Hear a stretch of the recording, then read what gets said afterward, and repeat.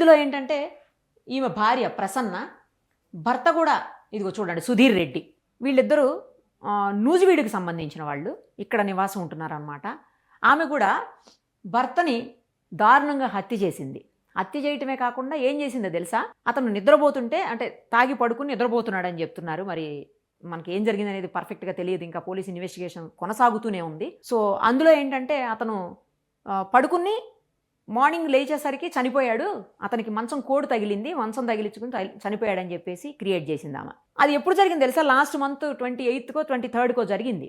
Almost 20 days తర్వాత నిన్న post mortem report వచ్చింది. ఆ పోస్ట్ మార్టం రిపోర్ట్లో భార్యనే చున్నీతోటి గొంతు కట్టేసి చంపేసిందని చెప్పేసి, అంటే గొంతు నులిమి చున్నీతోటి బిగించి చంపేసిందని చెప్పేసి పోస్ట్ మార్టం రిపోర్ట్లో వచ్చింది. అతని తల్లిదండ్రులు అయితే, అతనికి తండ్రి లేడు, తల్లి అక్క అయితే దారుణాతి దారుణంగా ఏడుస్తున్నారు. అసలు ఇష్టం లేకపోతే వదిలేయొచ్చు కదా, ఎందుకు ఇంత ఘోరంగా అని ఆమె మీద అలిగేషన్స్ చెప్తున్నారు.